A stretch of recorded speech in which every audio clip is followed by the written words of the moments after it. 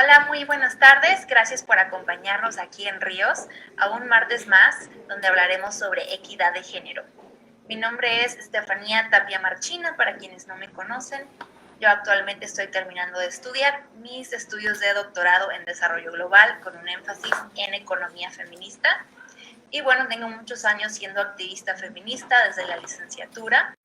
Y un poquito una aclaración, todo lo que yo les platique es una apreciación personal que viene de mis experiencias como activista y como investigadora.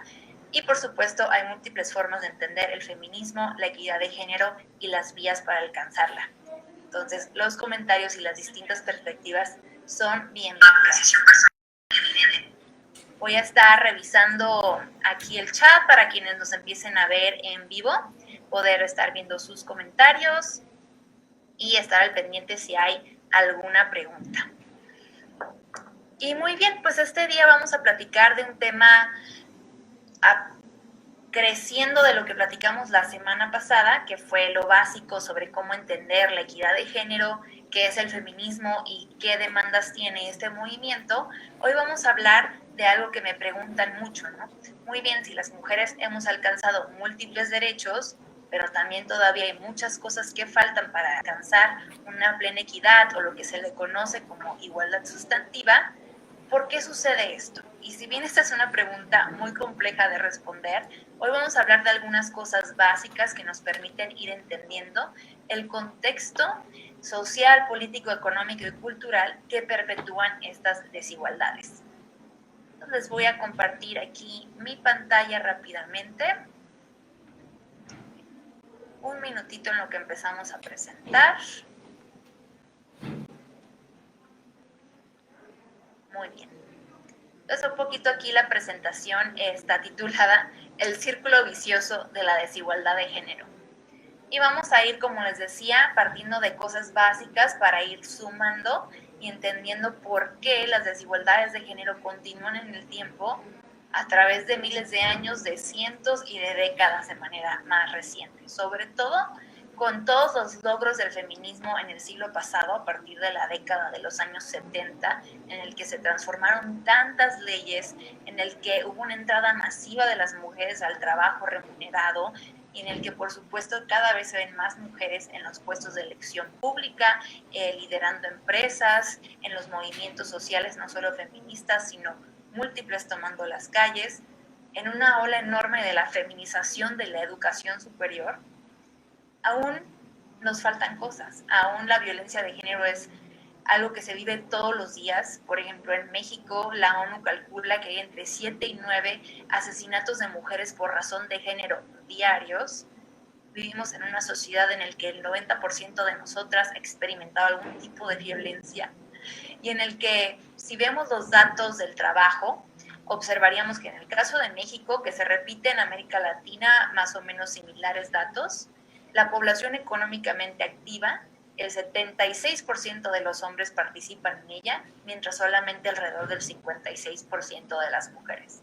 Todavía peor, dentro de esa población económicamente activa hay una brecha de género que persiste dependiendo de la ocupación, pero que oscila entre el 15 y el 25% de lo que gana un hombre. Una mujer gana en proporción un menor 15 o 20-25% por igual trabajo, dependiendo de la posición, el sector de que se trate. También se puede ver claramente cómo las mujeres están sobrerepresentadas en los trabajos de menores remuneraciones, como lo es el cuidado remunerado, el trabajo doméstico pagado, múltiples formas en el sector servicios y comercial. Y bueno, ¿por qué sigue sucediendo esto a pesar de que en la ley, en el artículo 4 constitucional, dice que las mujeres y los hombres somos iguales? Si no hay ningún impedimento para que trabajemos, si en ningún lado podemos encontrar una normatividad que diga que nos deban pagar menos. Bueno, pues algunas de esas razones vamos a explorar el día de hoy. Y un poquito de contexto para entender cuál es una de las principales barreras para que las mujeres estemos en mejores condiciones a nivel político, económico y social, tiene que ver con esta división muy rígida que todavía existe en la sociedad, por más que seguimos tratando de difuminarla, entre lo privado y lo público. nosotros qué entendemos por privado y qué entendemos por público. Depende de qué estemos hablando, le podemos dar distintas acepciones.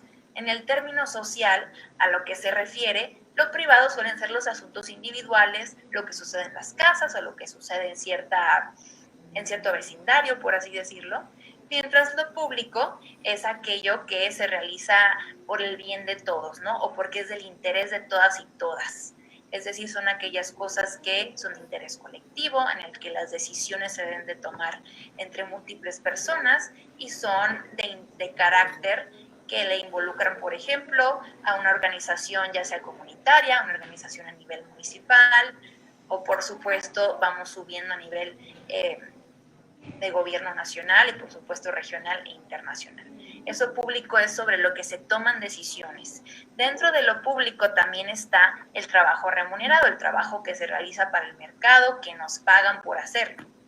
Mientras que dentro de lo privado está el trabajo clásicamente llamado doméstico y de cuidado, que no es remunerado. Ese que satisface necesidades individuales, entre comillas, ahorita explico por qué, dentro de los hogares y entre comunidades, porque hay muchos tejidos y relaciones que permiten satisfacer las necesidades no remuneradas. Esta distinción ha mostrado históricamente tener géneros que las protagonizan. En la parte privada se ve una enorme feminización a través de los siglos y las décadas, a pesar de que las mujeres hemos, les digo, salido gracias a la defensa de nuestros derechos y la adquisición de los mismos a través de la lucha. Estamos en el trabajo pagado, en los puestos de elección popular, en la educación, en la salud, en todas partes, pero aún así, todo lo que se realiza en la parte privada, las amas de casa siguen siendo preponderantemente mujeres, las mujeres que trabajan siguen haciendo casi el 90% del trabajo no remunerado de sus hogares, mientras históricamente han sido los hombres quienes han protagonizado el espacio público, ¿no? Quienes han sido los personajes presidentes de la República Mexicana en toda la historia, bueno, todos han sido hombres. Y si vamos viendo hacia atrás, cuando fue la primera mujer que llegó a un puesto de elección popular en México, las mujeres pudimos votar y ser votadas en 1956. Hace menos de 50, bueno, no, hace menos de 70 años, estamos en el 2021. Sin embargo, eso es muy poquito comparado con la historia de un país y ni hablar con la historia vamos a concretarnos a la modernidad que empezó por ahí a finales de los 1700. Entonces hay una historia larga de protagonismo de los hombres en el espacio público, donde se toman decisiones, donde se gana dinero, que el dinero tiene una posición también de control y de acceso a los recursos, mientras las mujeres en el espacio privado, donde se resuelven los asuntos individuales, donde no entra el Estado y donde hay mucho menor acceso al dinero como un mecanismo de adquisición de recursos para satisfacer nuestras necesidades. Esa distinción, les digo, a pesar de que se ha ido difuminando un tanto, sigue vigente y ha generado una distribución desigual del trabajo no remunerado en los hogares, doméstico y de cuidado. Y este trabajo no es poca cosa. Los datos de la ONU nos dicen que el total de las horas de trabajo a nivel mundial, trabajo entendido de manera amplia, tanto pagado como no pagado, el 40% de esas horas son trabajo doméstico y de cuidado no remuneradas. Es muchísimo, son miles de millones de horas al año, de las cuales el 90% son llevadas a cabo por mujeres. Por ejemplo, el dato de México nos dice que las mujeres utilizan más del 40% de su tiempo diario en el trabajo doméstico y de cuidado. ¿Esto qué genera entonces? Depende, por supuesto, del contexto familiar. Digamos, en México que tenemos todavía familias que no solamente viven el esposo, la esposa y las hijas e hijos, sino muchas veces de manera ampliada también las abuelas y los abuelos viven dentro de las casas y donde tradicionalmente, si se cuenta con algún familiar que tiene alguna necesidad de cuidado especial, también se cuida de esta dentro del hogar, pues genera bastantes horas de trabajo a la semana. Por ejemplo, si vemos la brecha entre hombres y mujeres en México del trabajo total que realizan a la semana, sumando el pagado y el no pagado que se hace dentro del hogar, Las mujeres realizan en promedio entre 60 y 90 horas a la semana, dependiendo del nivel de ingresos y de si se vive en una comunidad rural o urbana. Mientras el caso de los hombres oscila entre 43 y 73 horas a la semana. Esa es una brecha de casi 20 horas de diferencia de trabajo total a la semana. Esto, pues, por supuesto, genera una enorme restricción de tiempo para las mujeres, tanto para estudiar, que aquí ya estoy viendo que está mal escrita la palabra estudiar, pero bueno, vamos a avanzar, como para trabajar de manera remunerada. Si bien hay una enorme feminización de la educación, esto no se ve reflejado en el trabajo ni a la cantidad de trabajo de calidad que acceden a las mujeres. ¿Por qué? Porque la restricción de tiempo sigue siendo una limitante material muy real en nuestras vidas. Las mujeres están sobre representadas en el trabajo parcial, en el trabajo que se paga de 1 a 2 salarios mínimos, en el sector comercial que suele tener más flexibilidad y ser informal en el caso de México. Todo esto, por supuesto, va a generar limitaciones en la capacidad de las mujeres de tener autonomía sobre sus vidas, de ascender en el trabajo y obtener puestos de mayor remuneración.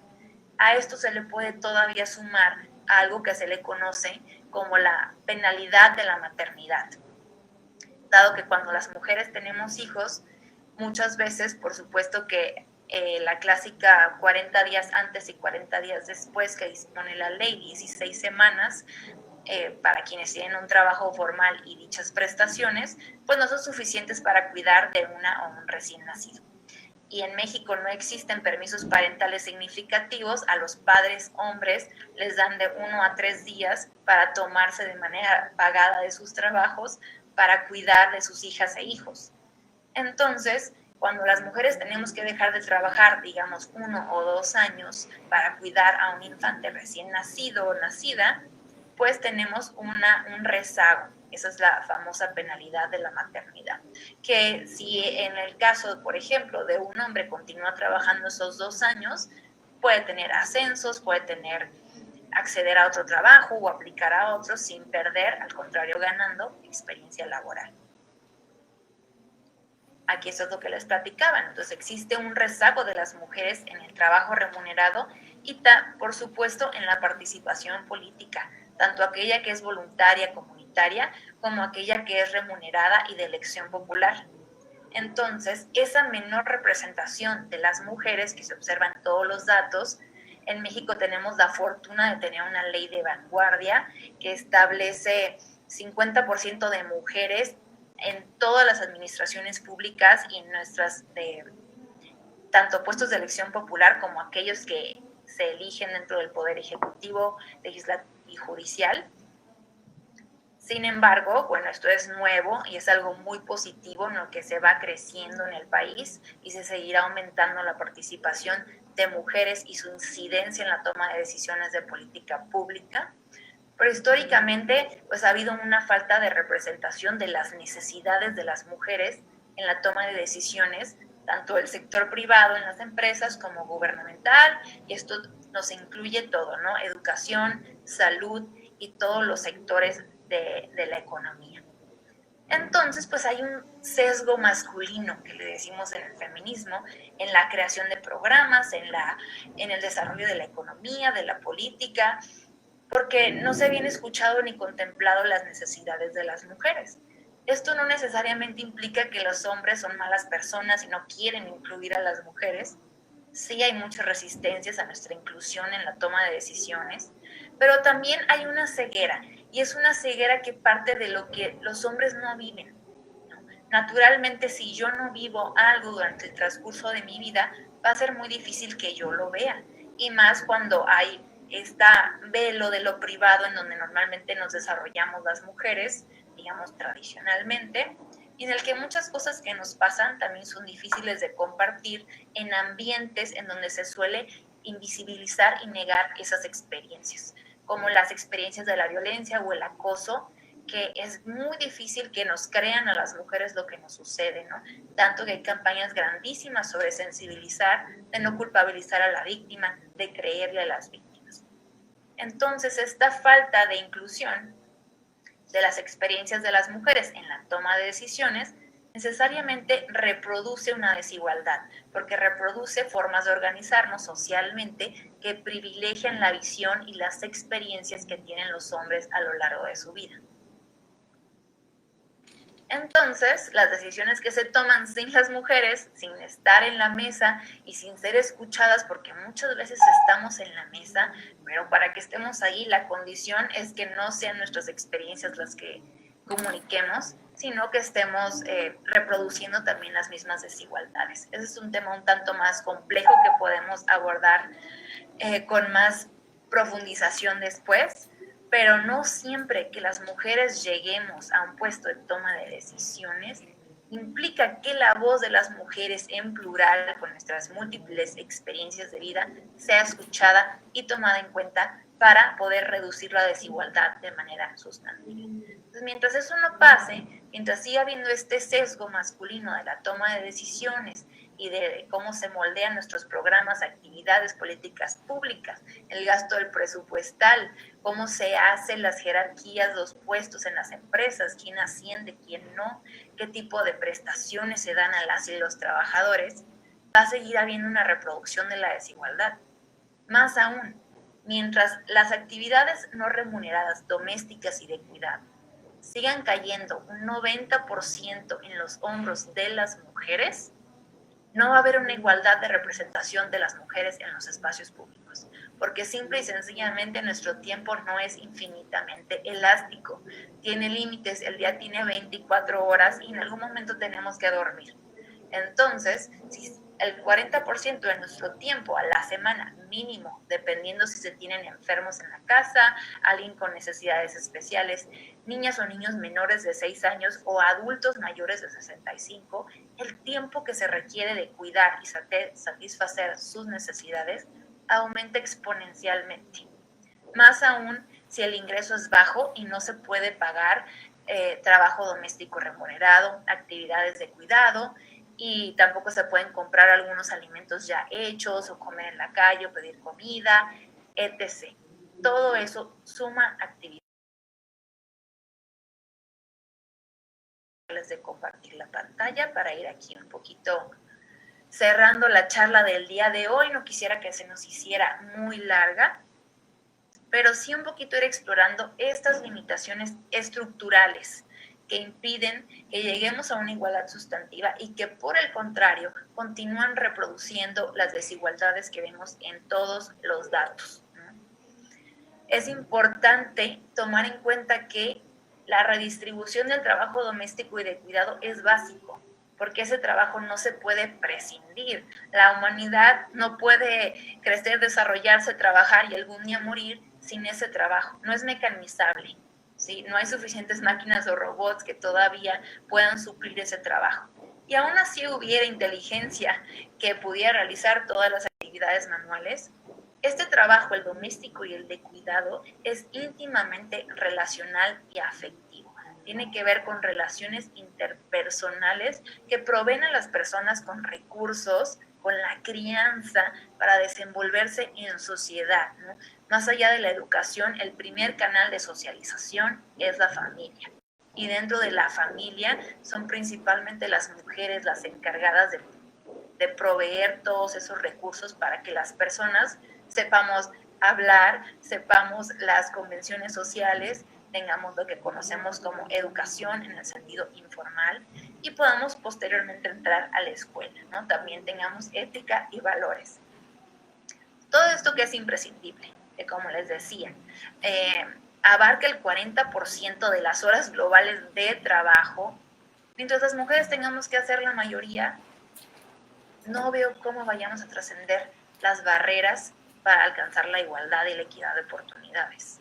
Necesitamos urgentemente redistribuir ese trabajo.